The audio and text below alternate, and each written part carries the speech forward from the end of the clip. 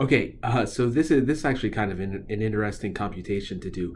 So the standard computation for this. So if you just kind of run through what's going to happen when you if you try to just use the definition of the Fourier transform to compute this, if you run through your mind and see what's going to happen, you're going to see that you're going to have to compute essentially the integral of e to the minus x squared. That's going to be part of the process here.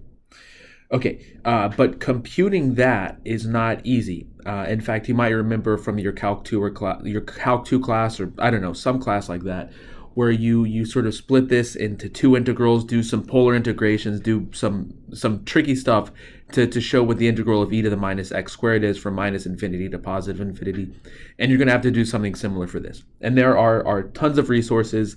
That's like the normal way for finding the Fourier transform. But the book has a really cool idea, and I'm just going to use the book's idea to find the Fourier transform because I think it's interesting, and it's also going to sort of be a preview, as the book says, to how we're going to find the Fourier or how we're going to use the Fourier transform to solve differential equations. Okay. All right, so step one, I'm going to find the derivative of f of x. Okay, why? This will all make sense in a moment. So f prime of x. So f of x, let's just write over here. Let's record what we have. F of x, just writing it down, is e to the minus ax squared. Okay, good. F prime of x. Okay, if I take the derivative, I'm gonna get I'm gonna have to use the chain rule. So this is gonna be minus 2ax e to the minus ax squared, or this is just equal to minus 2ax f of x. Okay, so now what I know is that f satisfies a certain differential equation. What differential equation does f satisfy? It satisfies f prime of x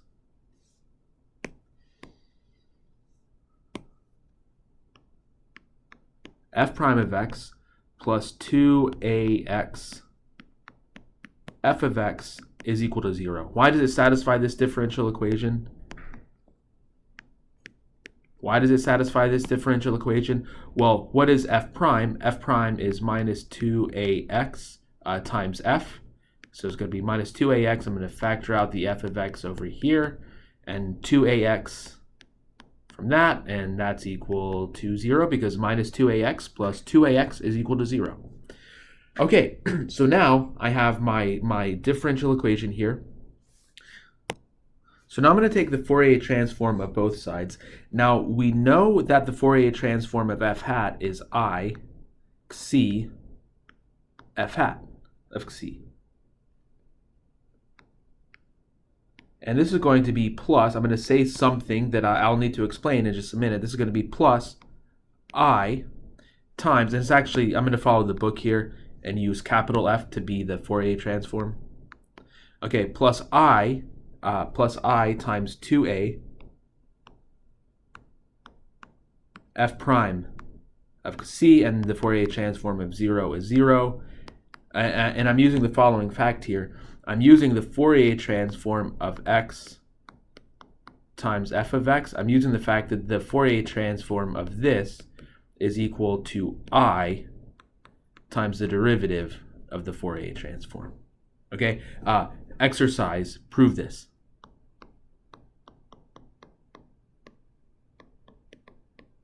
This is an exercise, so share that for yourself. Okay, so now back to this. What I have is, if I rearrange this, I can divide both sides by I, and what I end up with is going to be f prime of c over f. This is going to be equal to minus c over 2a. Okay, so now this is a differential equation in the c variable.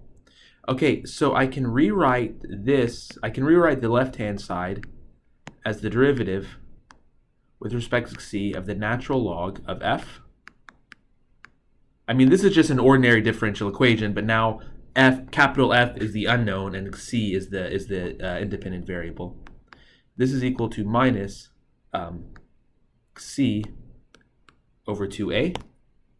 And now, if I just solve this differential equation, just do the normal steps, so even forget that we're even doing Fourier transforms, I'm going to get this is equal to minus c squared over 4a plus some constant.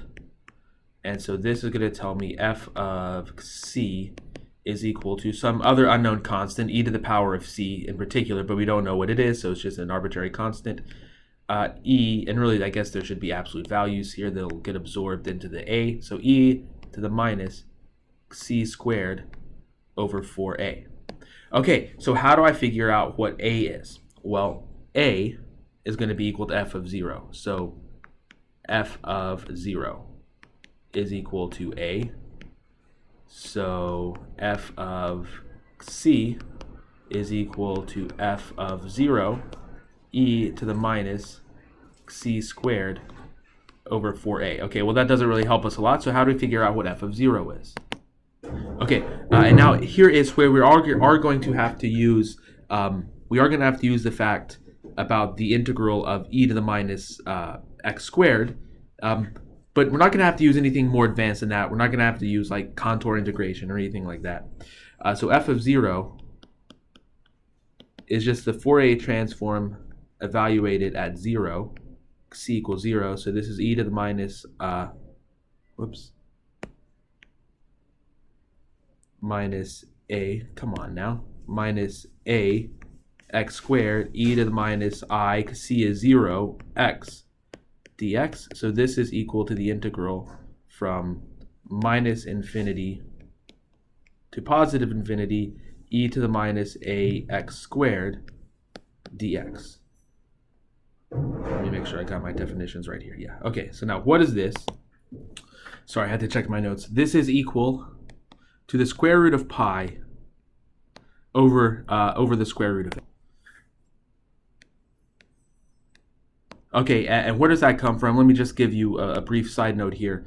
The integral from minus infinity to positive infinity e to the minus x squared over 2 dx is equal to the square root of 2 pi. Using this formula, you can do a change of variables to get this formula. Where does this formula come from? Again, this is the thing where this is the trick where you do you split into two integrals, do a polar integral from minus infinity to positive infinity, and you can compute it that way. It's a trick. You've almost certainly seen it before, but you can look it up online. How to compute it is a very interesting trick. To compute the Fourier transform of this function involves contour integration, which is something, I guess technically you need to know complex analysis for this class, but I'm not really gonna do anything for that. At any rate, this is the square root of pi over the square root of a. So if we come back up here to what we really wanted to know, this is equal to the square root of pi over the square root of a e to the minus c squared over 4a. Okay, and so we put in a Gaussian and we get out a Gaussian with different parameters. So Gaussian meaning the bell curve. It's like the PDF for the bell curve up to a multiple to to make the area equal to 1. But anyways, this is what the Fourier transform is. This is going to be very important. So let me just record up here what it is. F hat of c. Now I've forgotten what it is equal to the square root of pi over the square root of a e to the minus c squared over 4a. Okay, there we go for that. Okay, so very cool trick that the book has to compute the Fourier transform of the Gaussian. Well, I think it's a very cool trick. The only way to do it would be, the only other way I know to do it, I shouldn't say the only other way, the only other way I know to do it is to use contour integrals, which isn't impossible, but it's not something that I'm going to do for this class.